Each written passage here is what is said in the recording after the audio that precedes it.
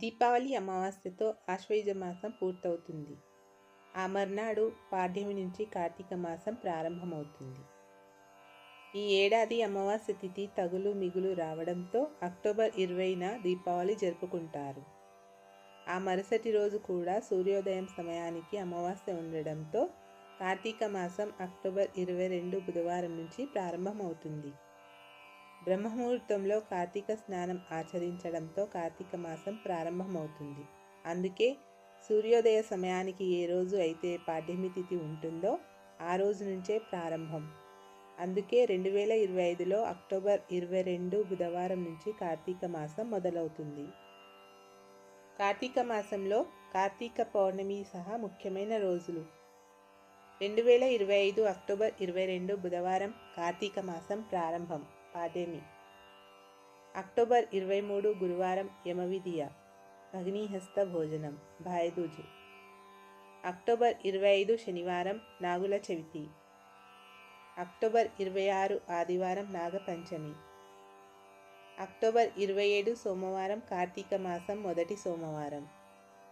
October 29 బుధవారం కార్తవీర్య జయంతి. October 31 శుక్రవారం యజ్ఞవల్క జయంతి. November 1 శనివారం కార్తీక శుక్ల ఏకాదశి. నవంబర్ 2 ఆదివారం క్షీరాబ్ది ద్వాదశి. నవంబర్ 3 కార్తీక మాసం రెండవ సోమవారం. నవంబర్ 5 బుధవారం జ్వాలా తోరణం, కార్తీక పూర్ణమి, కేదార్ నోములు, గురునానక్ జయంతి. నవంబర్ 10 కార్తీక మాసం మూడవ సోమవారం. నవంబర్ 15 శనివారం కార్తీక బహుళ ఏకాదశి. నవంబర్ 16 ఆదివారం వృశ్చిక సంక్రాంతి. నవంబర్ 17 కార్తీక మాసం నాలుగవ సోమవారం. నవంబర్ 20 గురువారం పోలీస్ వర్గం, కార్తీక మాసం ఆఖరి రోజు.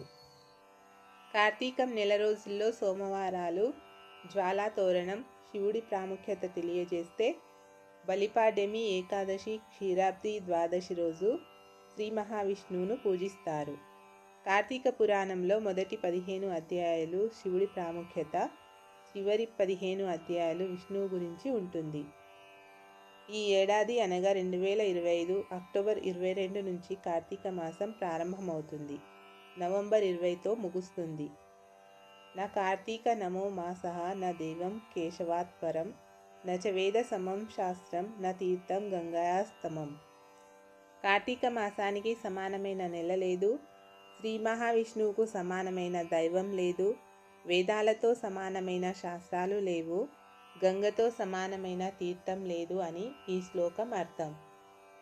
కార్తీక మాసం మొత్తం నియమాలు పాటిస్తారు. కొందరు కార్తీక సోమవారం, కార్తీక పౌర్ణమి, ఏకాదశి రోజు మాత్రమే అనుసరిస్తారు. ఈ నెల రోజులు నియమాలు పాటించేవారు శాకాహారం మాత్రమే తీసుకుంటారు.